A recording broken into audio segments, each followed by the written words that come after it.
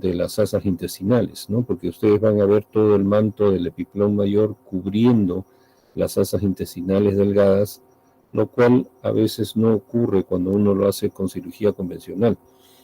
Y cuando uno levanta el epiplón mayor, recuerden que el epiplón mayor tiene dos hojas, ¿no? Una hoja que viene desde la curvatura mayor del estómago, va hasta la parte pélvica, retorna y se inserta en la tenia transversa del colon transverso, ¿no? Entonces ahí están las dos hojas. Esas dos hojas, cuando uno las tracciona hacia la parte superior, hacia la zona del estómago, recién va a poder ubicar a todas las asas intestinales. Entonces, cuando uno ingresa al abdomen, menciona y dice, ¿en qué parte del intestino delgado estoy? ¿Dónde está mi ángulo de Treitz? ¿Dónde está la válvula ileocecal? ¿Cuál es el ilion? ¿Cuál es el yeyuno? ¿Tiene alguna importancia que una lesión sea cercana al ángulo de Treitz o más cercana a la válvula ileocecal? ¿Cuál de los dos será menos lesiva para el paciente en cuanto a si se presentase alguna lesión o una fístula de cada una de ellas? Eso es lo que nosotros debemos de aprender a reconocer en el abdomen, en qué parte del intestino delgado estamos, en el yeyuno o en ilion, ¿no? Entonces, ahí ustedes observan que existen unas dimensiones en longitud de este órgano, ¿no? Y que varía en cuanto a si el paciente se halla en condiciones de estado vivo o cadáver cuando tenemos la pérdida del tono, ¿no? Y cambia el tamaño. Entonces, 3.5 a 5 metros es lo que mide un yeyuno y de eso generalmente está dividido en 2/3, 2/5, 1/5, ¿no? 1/5 para el ilion y 2/5 para lo que es el yeyuno. Entonces, ustedes observan aquí esta disposición, ¿no? Esta disposición en forma transversal y en forma sagital, ¿no? Inclinado, de derecha a izquierda. Esto es lo habitual en la posición de los intestinos del yeyuno, mientras que el ilion, miren ustedes, va en una forma perpendicular hacia la parte pélvica. Y eso es lo que uno trata de acomodar cuando eviscera el intestino delgado, producto de alguna lesión o una peritonitis que pudiese encontrar, ¿no? Para evitar de que estas asas intestinales se adhieran de manera anormal y produzcan lo que se denomina las obstrucciones intestinales por bridas o adherencias. ¿Okay? Entonces, debemos de saber que este intestino delgado también tiene una irrigación y esta zona que ustedes ven punteadas es la inserción del mesenterio que va de izquierda a derecha desde el ángulo duodenoyeyunal hasta la válvula ileocecal, dándonos dos compartimientos, un compartimiento supramesentérico y un compartimiento inframesentérico, que son lugares donde se puede acumular líquido posterior a una peritonitis generalizada. Entonces, una vez que conocemos esta parte, nosotros debemos de decir, ¿qué otras diferencias pueden existir entre ambos elementos, tanto el yeyuno como el ilion? Y acá ustedes tienen dos imágenes, y uno dice, ¿cómo puedo representar, cómo puedo definir que un elemento se trate del yeyuno o el ilion en un paciente que está totalmente adherido, ¿no? Donde van a encontrar pus, sangre u otros elementos? Entonces, hay ciertas características anatómicas que nos permiten diferenciar para poder decir a cuánto de la válvula ileocecal o del ángulo yeyunal tengo alguna lesión. Y ustedes observan acá, superior izquierdo, vemos el asa yeyunal, ¿no? Y esta asa yeyunal, miren la disposición con respecto al asa ilial. ¿Cuál es una de las diferencias? Aquí ustedes observan, ¿no? El calibre y el grosor. El yeyuno tiene mayor calibre, a diferencia del ilion. La disposición de las asas intestinales hemos visto que son de forma horizontal en el dibujo anterior, mientras que en el ilion corresponde a un sentido de tipo vertical. En cuanto al mesenterio, nosotros vemos estos espacios que se hallan entre los vasos sanguíneos, los denominadas lunetas, ¿no? Y ahí nos vemos que El yeyuno tiene menor cantidad, mientras que el ilion tiene más cantidad. Esto indica la forma de la irrigación y lo rico de vasculatura que tiene el ilion. Sin embargo, el ilion tiene una terminación final, ¿no? Por tanto, los vasos sanguíneos son mucho más delgados y por consiguiente, cuando se hace una anastomosis hay que estar segura de la irrigación de esa asa intestinal porque puede ser un lugar de presentación de una fístula. Adicionalmente a eso, las válvulas conniventes, que vamos a ver en la parte interna en las radiografías, ¿no? Van a ser en mayor número en el yeyuno y en menor cantidad en el ilio. Igualmente ustedes observan acá, las arcadas vasculares son mucho menores, pero más gruesas en el yeyuno, mientras que en el ilio son mayor número, pero más delgadas. Entonces, esas características nos permiten a nosotros decir dentro del abdomen ante qué región del intestino delgado nos encontramos. Por otro lado, es necesario saber también la zona final de la válvula iliocecal, ¿no? Esta zona es importante porque muchas veces se termina haciendo una ileostomía terminal en algún paciente o una rafía o una resección y anastomosis. Cuanto más cerca a la válvula iliocecal hay más peligro en cuanto a una fuga, porque dijimos que la circulación es terminal y es pobre la irrigación a nivel del ilio, ¿ok? Y acá en el elemento inferior observamos cómo va la hoja del mesenterio, ¿no? Lo que les mencionaba. De izquierda, del ángulo duodenal o traits, hasta la válvula ileocecal. Por ahí van los vasos sanguíneos que irrigan al intestino delgado, ¿correcto? Entonces tenemos los espacios, tenemos la irrigación, sabemos cómo poderlos identificar y las características que cada uno de ellos tiene. Entonces, veamos este caso clínico. En este caso clínico, ustedes pueden observar que se trata de un paciente, ¿no?, de 5 años de edad, que presenta deposiciones blandas, con sangrado rutilante, acompañado de dolor cólico difuso, palidez, somnolencia y decaimiento.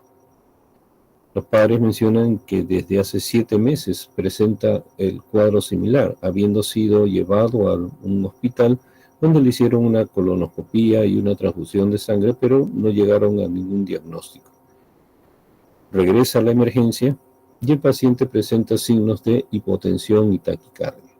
Se nota al paciente pálido, signos de deshidratación severa, el abdomen distendido, ruidos audibles y dolor a la palpación difusa, ¿no? En la ecografía encuentran líquido libre en la fosa ilíaca derecha.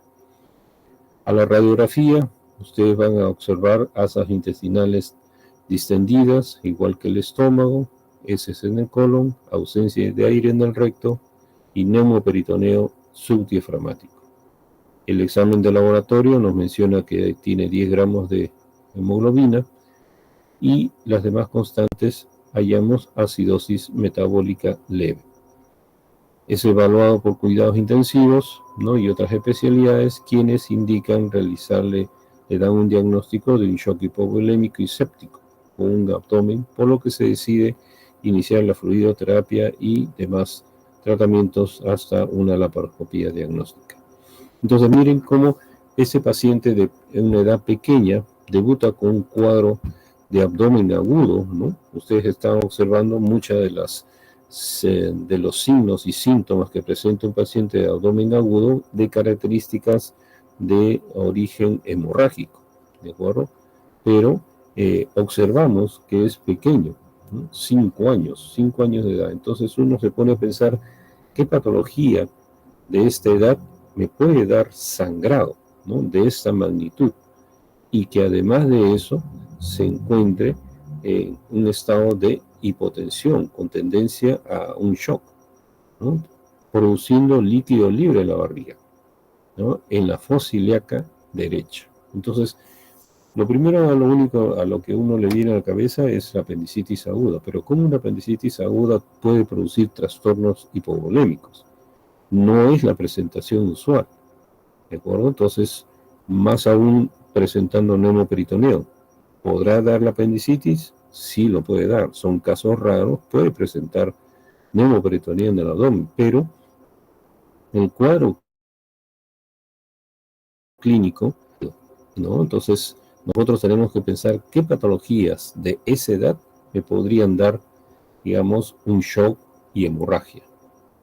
Entonces, nosotros estamos viendo de que el paciente, durante el examen físico, ¿no?, tiene un abdomen distendido, ruidos hidroaéreos audibles y dolor a la palpación en forma difusa. Entonces, a la radiografía, las asas intestinales están dilatadas, ¿no? Ausencia de aire en el recto. Entonces, cuando nosotros tenemos todos estos elementos y vemos una radiografía, lo que podemos ver es siempre si hay o no hay aire en el recto, si hay distensión de asas, pero estos dos elementos nos indicarían a nosotros que el proceso va por un cuadro de obstrucción. Pero ¿cómo una obstrucción podría dar un cuadro de shock hipovolémico, ¿no? Entonces ahí hay una cierta discordancia que uno tiene que pensar en las patologías que podrían haber a los 5 años de edad. Entonces, realmente al momento que ustedes pueden evaluar, van a ver que al entrar al abdomen encuentran estas imágenes, ¿no? Entonces uno dice, ¿será el apéndice?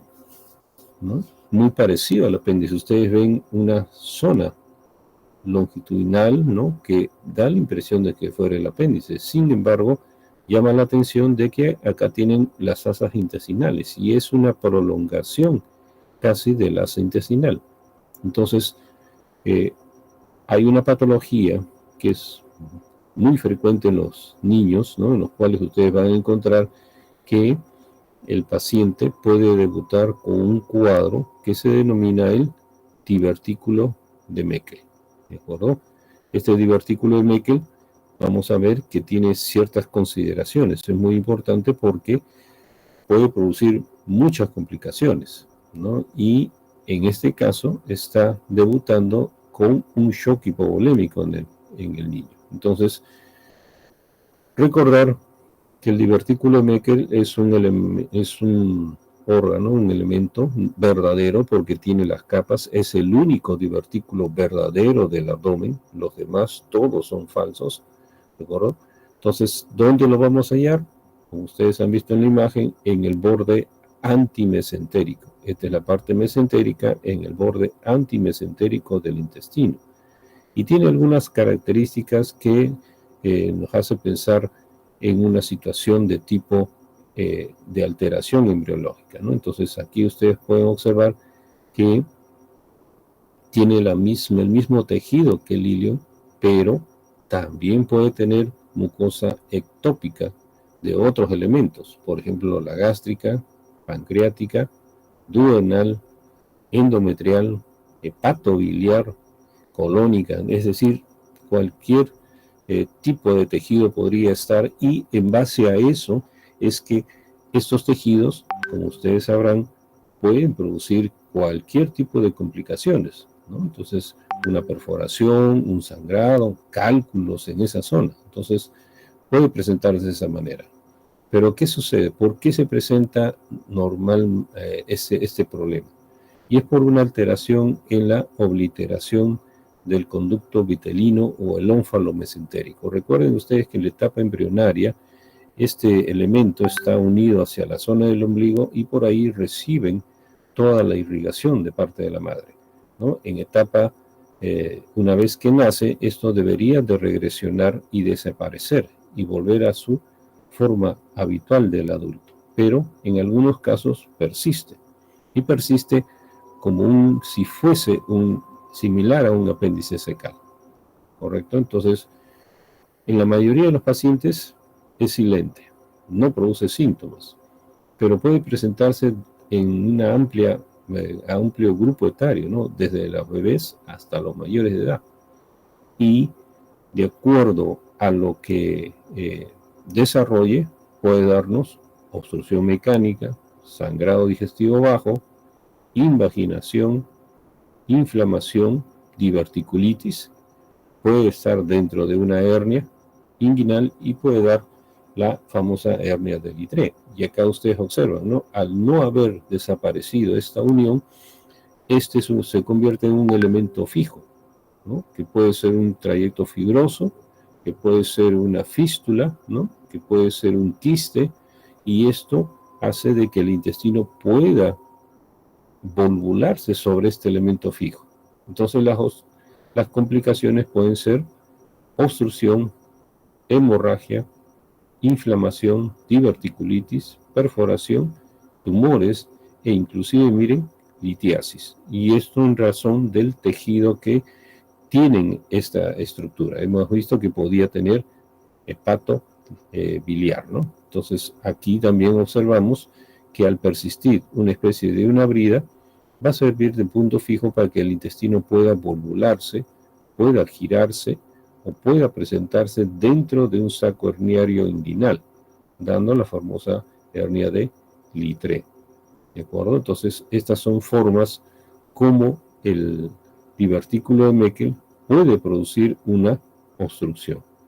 Pero hay una regla mnemotécnica que ustedes observan acá sobre la mano derecha, la regla de los dos, que es muy conocida, ¿no? En la cual deben de recordar ustedes que ocurre en el 2% de la población, tiene mayor preferencia por varones que por mujeres, 2-1, se encuentra a 2 pies, es decir, 60 centímetros de la válvula cecal, generalmente mide 2 centímetros de longitud, 2 pulgadas de longitud, es decir, 5 centímetros, tiene un diámetro de 2 centímetros, pueden tener 12 tipos de tejido, principalmente el gástrico y el pancreático, ¿no? Y se presenta antes de los 2 años de edad habitualmente, no siendo la regla, ¿no? Entonces, ¿cuál de ellos yo puedo detectar? El único que puedo detectar por gammografía cuando existe tejido gástrico ectópico es mediante la gammografía. Es el único tejido que yo podría, que me permite el diagnóstico de esta patología, ¿no? Sin embargo, ustedes pueden utilizar una serie de estudios, pero las sensibilidades son bajas y aún así no llegan a detectarlo a este divertículo de Meckel. ¿Okay? Entonces, ¿qué hacer? La gran pregunta es, ¿qué hacer cuando tengo que entrar al abdomen por un problema del divertículo de Meckel y veo el apéndice que está por ahí? O a razón de que tengo una apendicitis y hallo un divertículo de Meckel. Entonces, ¿los extraigo o no los extraigo? ¿No? Siempre ha sido la duda en hacer. Pero aquí tenemos un autor que indica que existen 4 condiciones en las cuales se sugiere que debe de retirarse, ¿no? Cuando el paciente presente hemorragias gastrointestinales bajas a repetición. Otro caso es cuando el paciente se queje de dolor abdominal crónico de una causa desconocida, sin saber cuál es el problema, ¿no? En aquellos pacientes que presenten un ilio agudo idiopático, ¿no? O una obstrucción intestinal crónica que sea parcial. O en aquellos pacientes que debuten como una intususcepción, ¿no? Entonces, en estos 4 casos, se indica que se debería de retirar el divertículo de Meckel si es un hallazgo, ¿correcto? Si el divertículo de Meckel lo encontramos como el problema, entonces debemos hacer la diverticulectomía. Se hace una incisión en forma de una V invertida y se extrae, ¿de acuerdo? O se puede utilizar sutura mecánica. O también si es que vemos una perforación a este nivel, se va a tener que hacer una resección de ese segmento y una anastomosis. Entonces, todos estos elementos son los que se utilizan para el caso de un problema del divertículo de Meckel. Ahora nos vamos a un caso de un paciente de 56 años, ¿no? Una etapa media, en la cual es un paciente que tiene ciertas comorbilidades, ¿no? 2 años de diabetes mellitus, consumo de alcohol, y que refiere que tiene dolor tipo cólico, epigástrico e hipocondrio derecho, acompañado de náuseas y vómitos de contenido gastroalimentario. intolerancia a la vía oral, manejado con analgésicos, acude a la emergencia por vómito, dolor abdominal, distensión y refiere evacuación, una última evacuación seguiría santa. Analgésicos, le colocan sonda y se les solicita algunos estudios. ¿Qué encuentran en el examen físico? Un abdomen distendido, peristalsis ausente, dolor a la palpación media y profunda en hipocondrio derecho, Bloomberg positivo y sin presencia de materia fecal en el tacto rectal, ¿no? Y en los exámenes del laboratorio, ustedes lo que pueden observar ahí es una leucocitosis con cierta neutrofilia, ¿ok? Bilirrubinas normales, amilasa, lipasa, tenemos la deshidrogenasa láctica elevada, ¿no? Y todos esos elementos. Entonces, como un problema de un dolor epigástrico o hipocondrio derecho me da una distensión abdominal, ¿no? Entonces uno tiende a pensar, ¿este problema se originó en esa zona o es un dolor referido, ¿no? Imagínense ustedes la apendicitis también, pero como una enfermedad de la zona del hipocondrio derecho, que yo podría pensar en la vesícula biliar, o podría pensar en la vía biliar, o podría pensar en el estómago, en el duodeno, me dan esta sintomatología de obstrucción, ¿no? Tiene que haber algún motivo. Entonces, nosotros cuando tenemos este tipo de pacientes debemos de ir indagando por estos elementos y ver qué está sucediendo. Pediremos los estudios respectivos y esta es una tomografía donde a veces uno dice, bueno, las asas intestinales están un poquito distendidas, no hay líquido en el abdomen, ¿no? Pero me llamará la atención esta imagen, esta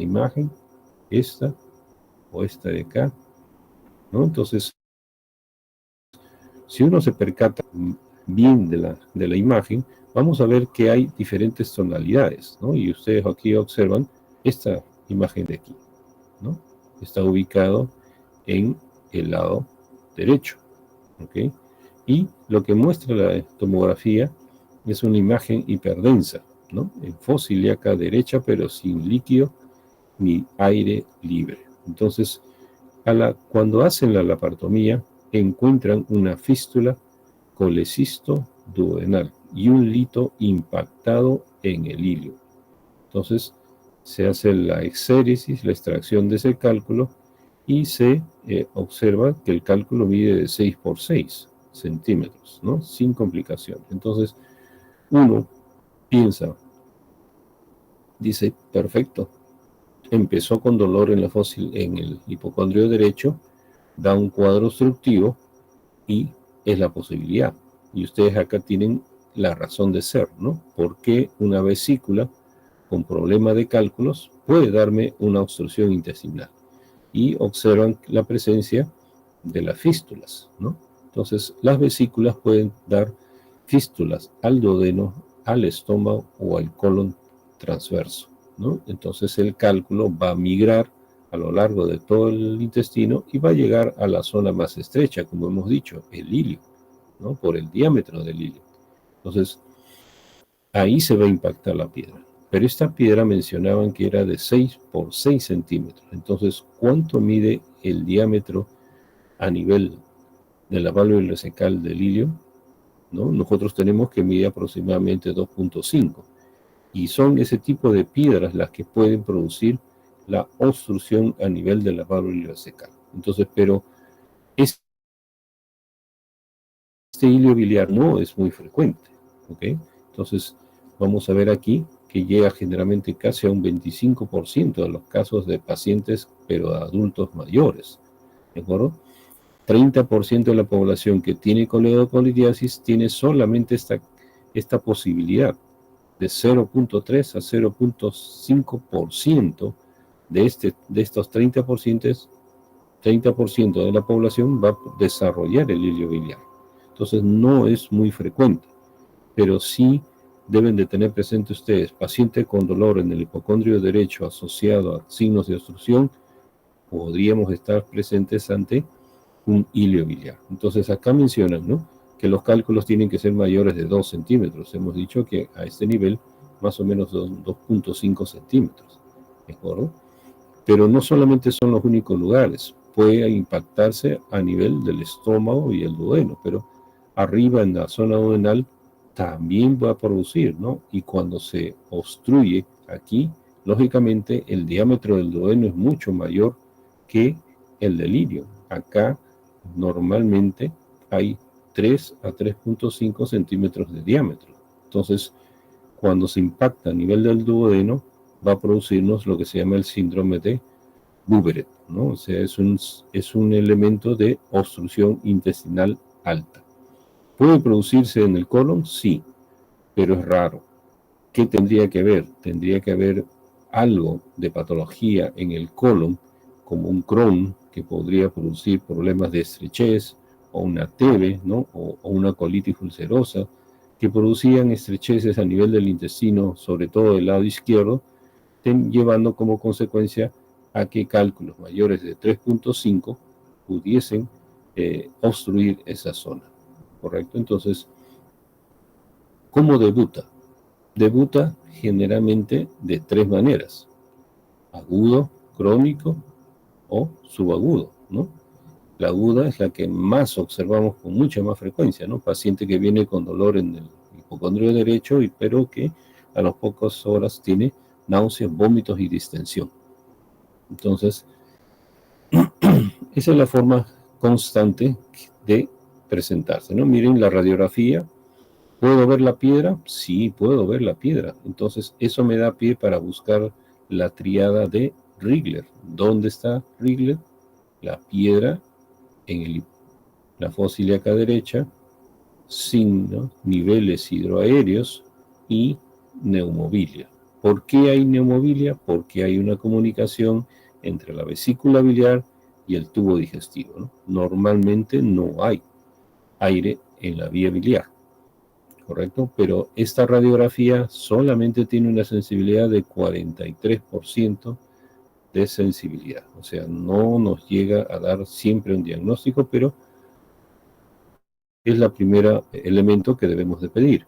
En cambio, la ecografía, ¿no?, sí llega al 78%, mientras que la tomografía es el 93%. Entonces, conforme vamos avanzando en las imágenes, nos van a dar mayor posibilidad de tener un diagnóstico, ¿no? Pero recuerden, triada de Rigler, ¿no? Neumobilia o aerobilia, imagen del lito en la fosa ilíaca derecha y niveles hidroaéreos generalmente localizados hacia el lado izquierdo del abdomen del paciente. Entonces, cuando nosotros entramos al abdomen, vamos a buscar esta zona de obstrucción y ustedes observan aquí la presencia del cálculo. Entonces uno dice, ¿hacia dónde hago la incisión? ¿Cercana a la obstrucción, por debajo de donde está la piedra, o por encima de donde está la piedra? Lógicamente, uno va y lleva este elemento hacia la parte más superior. ¿Por qué? Porque ustedes tienen ahí el intestino delgado dilatado, tienen mayor diámetro de luz, menos posibilidades de que al suturar se produzca una estrechez del asa intestinal, ¿de acuerdo? Entonces lo que hacemos es un corte longitudinal siguiendo de esta manera y se cierra de forma transversal para que la luz del intestino se amplíe y no lo cerremos, ¿de acuerdo? Entonces, eso es lo que se hace en las operaciones cuando hay un hilo biliar: entenotomía, extracción del lito y rafía intestinal, ¿correcto? Son los 3 procesos que se realizan en un elemento de este tipo. ¿Y qué hacemos con la fístula? Ahí hay 2 corrientes, ¿no? Una corriente en la cual mencionan que no se debe tocar la fístula sobre un elemento que voy a trabajar, el intestino delgado, ¿no? Voy a abrir el intestino delgado, y otros prefieren hacerlo en un solo tiempo, ¿no? Entonces, son 2 variantes que existen. Ambas son determinación del cirujano que está al frente del caso clínico. ¿Ok? Y el tercer caso es un paciente avanzando en edad, ¿no? 70 años de edad. Miren que hemos ido del más pequeño hasta el más adulto, ¿no? Y este adulto, evacuaciones disminuidas en consistencia, 70 años de edad, disminución en la consistencia, uno dice cáncer, ¿ok? Pero sigamos leyendo. 24 horas previas a su ingreso, presenta evacuaciones disminuidas en consistencia, sin moco ni sangre. Refiere náuseas y vómitos en una ocasión, por lo que acude a estudio, ¿no? Padre finado de cáncer de colon, tabaquismo positivo, ¿no? Hipertenso, y en el examen físico, funciones vitales adecuadas, ligeramente elevada la frecuencia cardíaca, ¿de acuerdo? Ligeramente, una saturación del 95%, dolor a la palpación en el marco cólico. Entonces, en razón de este examen, de esta historia clínica, uno, como les decía, la mayor posibilidad es decir, tiene cáncer. Una posibilidad, ¿no? Más con el antecedente de cáncer de colon por el lado del padre. Y lo que observamos acá es que hay muchas enfermedades que pueden dar similares condiciones a este proceso, ¿no? Entonces, le piden análisis, ¿no? Miren ustedes, leucocitosis, ¿qué más? Dímero D elevado, troponina elevada, creatinfosfosinasa dentro del valor adecuado, ¿no? El pH bajo, bicarbonato bajo, dióxido de carbono elevado, lactato con tendencia a la elevación. Entonces, ¿qué pasó? Ya no pienso en cáncer, ¿no? Entonces, vuelvo a la historia clínica y tengo que observar qué elementos tal vez no los han preguntado, ¿no? Entonces, porque nos dicen que tenemos un paciente con evacuaciones disminuidas, sin moco ni sangre, náuseas, vómito en una ocasión. ¿Okay? Entonces, ¿cómo procedo en este caso? Debo de hacer todos los estudios posteriores y ver cómo va la evolución, observación, ¿no? 16 horas después hacen la interconsulta y manejan con antibióticos, ¿de acuerdo? Al comienzo aparentemente no había una situación que ameritase entrar a hacer operaciones. El dolor se hace más intenso, ¿no? No elimina gases, signos vitales con tendencia a la taquicardia, ¿no? Y además de eso, dolor abdominal generalizado. Y ustedes observan aquí que estas constantes comienzan a variar. Miren sobre todo los leucocitos, el lactato y todos estos de acá. Cambian radicalmente. Entonces, ¿qué debemos de hacer? Miren ustedes lo que encontramos, ¿no? Se realiza la tomografía, pero se ve que hay una alteración del llenado de una arteria. Y esta es una evidencia de que es un paciente que puede estar en estas condiciones. No nos llamaba la atención y no tiene antecedentes de alguna alteración cardíaca, ¿no? Ustedes pueden observar acá. Entonces, ¿qué patología podría producirme que el intestino se ponga así de este color? ¿No? Y hay una patología en cirugía que viene a ser la alteración en la irrigación justamente de esta parte del intestino delgado, ¿no? Entonces aquí, ¿qué han hecho? Resección extensa del intestino con isquemia y han tenido que empaquetar, tuvieron que dejar para hacer una segunda intención, un segundo procedimiento, segunda operación, no responde y el paciente fallece. Entonces, aquí ustedes observan este diagnóstico.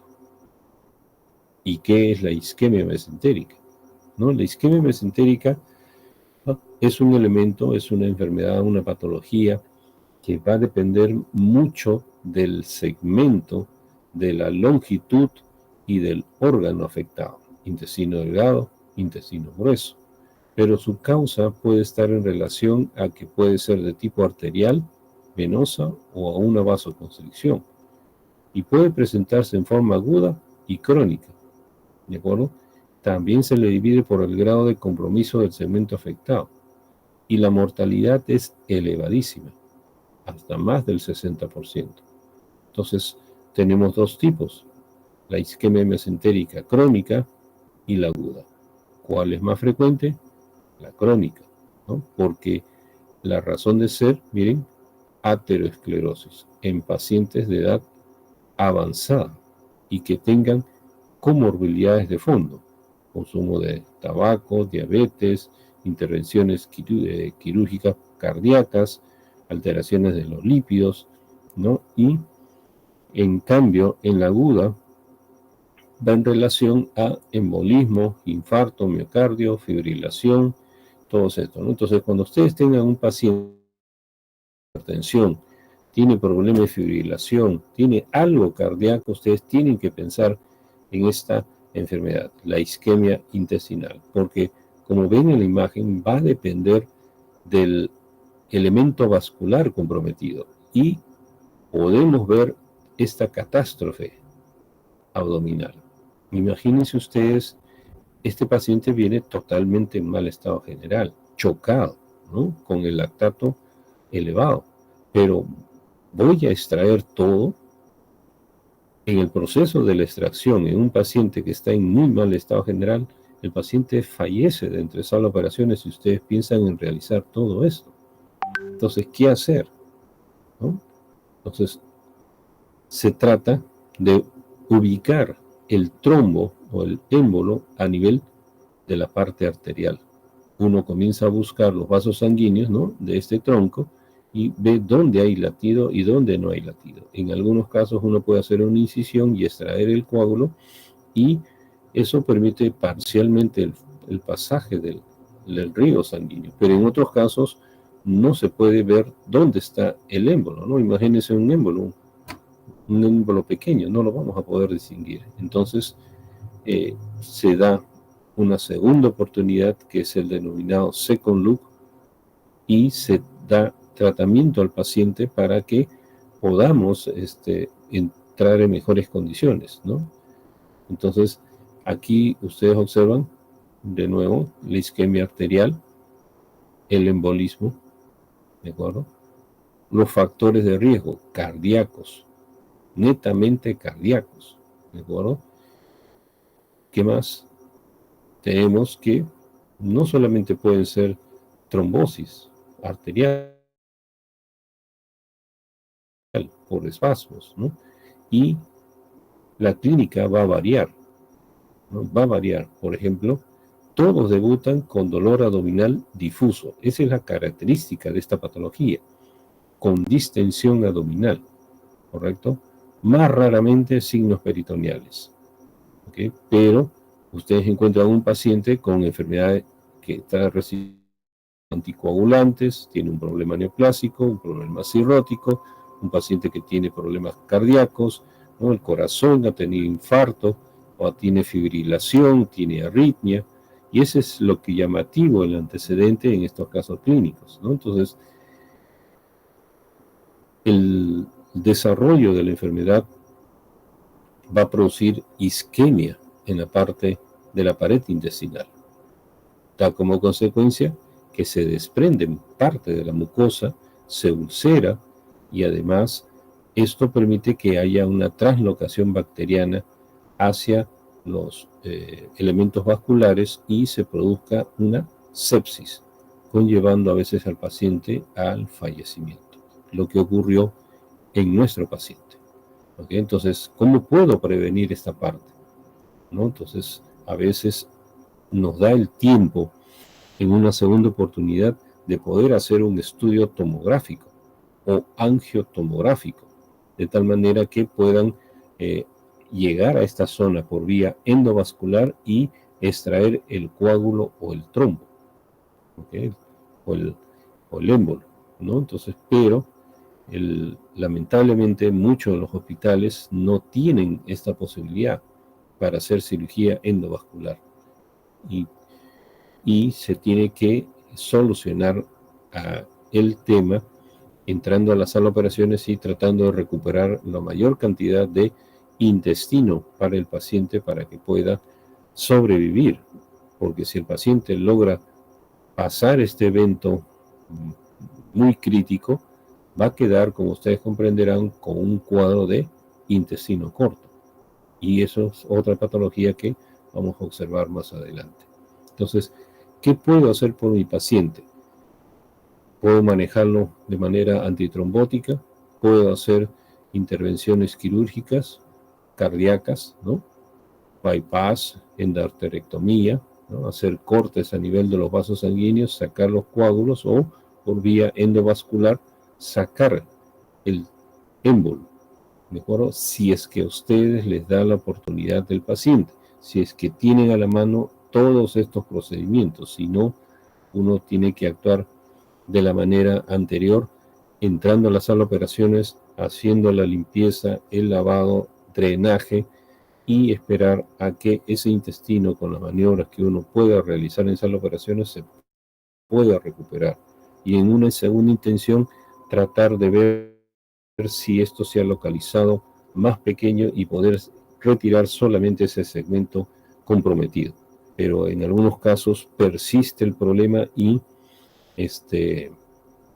ocurre el desenlace. Entonces, esto se tiene que explicar muy bien a la familia, porque la familia lo que piensa es que no se hizo nada. ¿Qué es lo que dicen las personas? Le abrieron el abdomen, pero no hicieron nada. Entonces, hay que explicarles a ellos la patología para que puedan entender la gravedad del paciente que presenta.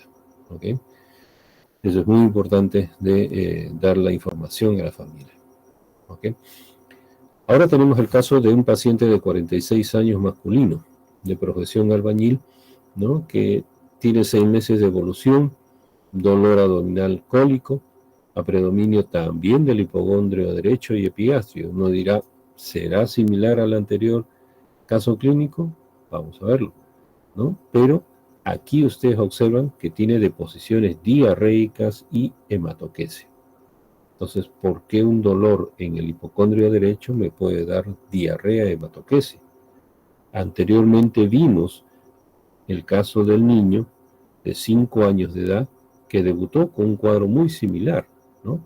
Con problemas de shock y diarreas. Entonces, ¿será lo mismo? Eso es lo que ustedes tienen que tratar de llegar al diagnóstico preliminar antes de entrar a sala. Entonces, aquí lo que vamos viendo es que adicionalmente es un paciente ya de larga data, ¿no? Que tiene una pérdida aproximadamente de 10 kilos, ¿no? Mencionan que es un paciente sano con un único antecedente de relaciones homosexuales. ¿Okay? Entonces, al examen de laboratorio, las constantes ustedes lo observan dentro de características normales, excepto la PCR, ¿no? Que está elevada. La fosfatasa alcalina también un poquito elevada, ¿correcto? Entonces, pero los demás elementos, la TGO, TGP, están alterados, no hay bilirrubinas elevadas, ¿no? Entonces, tal vez no sea un cuadro biliar. ¿Eh? Entonces, le hacen endoscopías digestivas altas y solamente encuentran esofagitis candidiásica. Y ustedes deben de pensar, ¿por qué un paciente de 46 años, joven, ¿no? Con una historia de baja de peso de 10 kilos puede tener cándida en el esófago? ¿No? Es un hongo oportunista. Algo en el paciente está permitiendo que se presente esta patología. En la colonoscopía evidencia una úlcera, 2 centímetros de bordes regulares cerca a la válvula ileocecal, con compromiso del ilion distal en aspecto de empedrado. En el colon también hay úlceras, ¿no? Interpuestas entre mucosa sana y bordes bien definidos. Entonces acá ya ustedes van tomando conocimiento de 2 elementos. Es un paciente de 46 años, con historia de baja de peso, que tiene diarrea, sangrado, de tendencia homosexual y que tiene alteraciones a nivel funcional, ¿no? A nivel de los análisis. Pero se adiciona un compromiso probablemente del estado general por una patología de hongos, ¿no? Que no es común presentarse en un paciente, asociado a úlceras a nivel del intestino delgado y del colon, específicamente el ilion. Entonces, cuando uno dice, piensa, ilion, correcto, ¿qué patologías en el ilion me pueden dar problemas de este tipo? Entonces, ahí son clásicas. Ahí tenemos 3 elementos prácticamente. Crohn, linfoma y TB. Entonces, tengo que observar en la historia clínica si alguno de ellos me hace pensar en esta posibilidad. Ustedes observan ahí que la colonoscopía dice mucosa interpuesta, mucosa sana y bordes mal definidos con mucosa, ¿no?, que está adecuada. Entonces, llama la atención y a uno puede pensar, es un empedrado. Y el empedrado puede estar ligado a la enfermedad de Crohn. Entonces, ¿de acuerdo? Pero sin embargo, lo que encuentran es otra enfermedad muy parecida a la enfermedad de Crohn. Y esta enfermedad realmente es difícil de poder diagnosticar en la parte digestiva. Muy difícil, porque generalmente los pacientes terminan por el lado de medicina solicitando laparoscopías diagnósticas con toma de biopsia.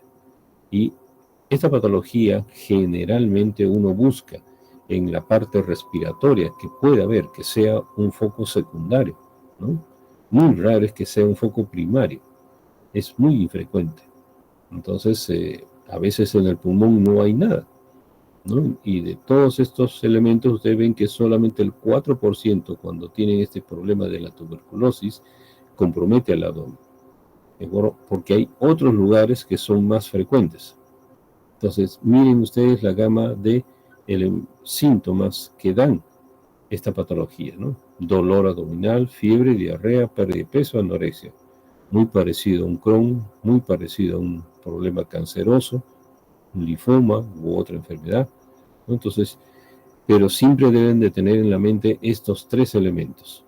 Entonces, para poder llegar al diagnóstico. Entonces, ¿cómo una TB me puede dar un cuadro obstructivo? Ustedes observan acá en la imagen cierto punteado a nivel de todas las asas intestinales. Eso es lo que se denomina los granos de mijo. Entonces uno saca una muestra y va a dar granuloma gaseoso, ¿no? Entonces, la tuberculosis puede abarcar todo el tracto gastrointestinal, o puede ser solamente peritoneo, o puede dar solamente la presencia de ganglios a nivel mesentérico, lo cual da un proceso obstructivo extrínseco, ¿correcto? Entonces, a veces uno en la situación de separar estos elementos intestinales uno del otro, porque uno encuentra como una especie de secreción, hace de que en el postoperatorio estos pacientes desarrollen fístulas, ¿ok? Entonces, ¿cómo se presenta la TB? Puede ser mediante una úlcera, como en el caso del paciente, ¿no?, que puede dar sangrado, perforación, fístulas, o puede ser una masa de, que conforma una masa extrínseca a nivel del mesenterio, ¿no?, que podría dar una obstrucción a nivel ilial, por ejemplo, ¿no? Entonces, pero hay otros elementos que pueden producir complicaciones de esta enfermedad. Por ejemplo, les va a dar un cuadro de mala absorción intestinal. Puede haber tuberculosis rectal, es rarísimo, pero puede haber. Lo más frecuente que uno puede encontrar son las fístulas anales, y esas pueden ser debidas a la TB. Entonces, cuando tenemos el diagnóstico diferencial de una TB peritoneal, miren ustedes todo el bagaje de enfermedades que podríamos pensar. Pero en nuestro medio, nosotros debemos de pensar en Crohn, ¿no? Si el paciente proviene de la selva, pensaremos en este tipo de patología, ¿no? Parasitarias, etcétera, etcétera. Entonces, son muchos casos en los cuales a veces uno dice, pero el diagnóstico de esta enfermedad tiene varios rubros, pero a veces todos estos rubros lo hacemos y no encontramos nada. Y al final nos vamos a la laparoscopía diagnóstica. Lo lógico es buscar un antecedente familiar de esa enfermedad o que el paciente lo haya tenido. El clínico es buscar generalmente la parte respiratoria, porque en el abdomen va a ser inespecífico. En el examen de bacteriológico o de laboratorio, ustedes van a buscar tal vez en orina el bacilo de Koch o en el aspirado gástrico, que a veces también sale negativo, no todo sale negativo. En endoscopías podemos encontrar el patrón en empedrado como cosas sanas. En la radiografía a veces vamos a tener un infiltrado o una zona cavernomatosa, ¿no? Pero la tomografía nos puede dar ciertos elementos indirectos en razón de sugerir esta patología, pero no es totalmente para diferenciar entre un Crohn y una TB, porque dan aspectos muy similares.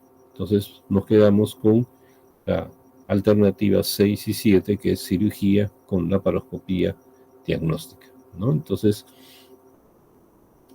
porque es incierto, realmente es muy incierto el diagnóstico, ¿no? Entonces tenemos que hacer la biopsia.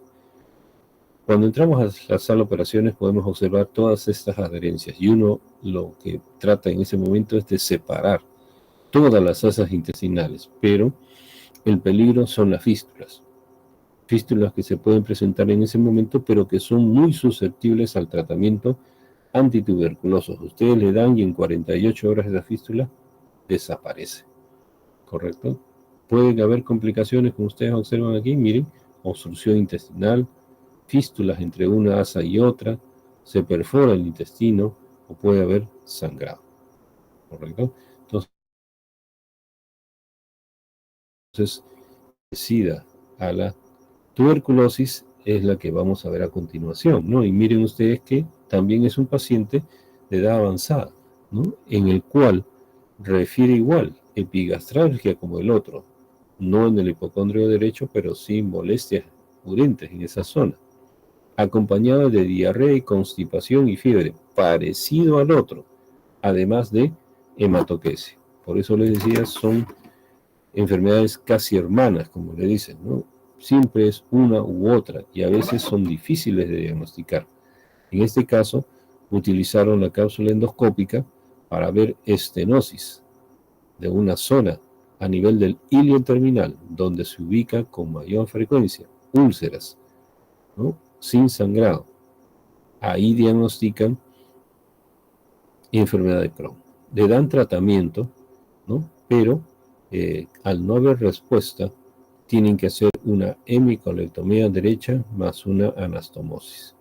Entonces, este lado afectado se envía a patología y da como resultado la enfermedad de Crohn.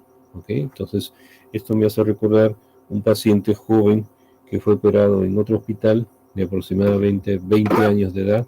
El chico va a la emergencia y le hacen una apendicectomía. Todo bien, primero, segundo día, tercer día, fístula. Y pensaban de dónde había salido la fístula, ¿no? Porque habían hecho la ligadura, no había mucho compromiso de líquido dentro del abdomen, pero hizo una fístula. Entran, le colocan puntos, lavado, drenaje, cuarto día, fístula, dehiscencia de la sutura, peritonitis. Entran a operarlo, le hacen lavado, aspirado, drenaje, Bogotá. El joven termina prácticamente viscerado. Se recupera, vuelve a entrar, cierran el abdomen, hace un síndrome compartimental y de nuevo tienen que entrar al abdomen y encuentran que había líquido dentro de la barriga y ven un punto de una zona intestinal isquémica a nivel del ilion terminal. Vuelven a rafiar, vuelve a presentarse la fístula, vuelven a entrar a sala de operaciones y al final el chico termina con una ileostomía. Pero en todo ese devenir, nadie se le ocurrió revisar la patología del apéndice cecal y de los órganos intestinales de esa zona que fueron extraídos. Y ahí estaba el diagnóstico. Era una enfermedad de Crohn activa, ¿no? Una enfermedad de Crohn activa. Y este joven pudo recibir tratamiento evitándose todo este martirio para el muchacho, ¿no? Entonces venía al hospital para que se le haga la restitución intestinal en un abdomen que había perdido prácticamente toda su capacidad de contenerlo, con una incisión inmensa, ¿no? Y eviscerado, pero bloqueado. Entonces se le hizo los análisis correspondientes y el joven todavía estaba positivo en etapa activa.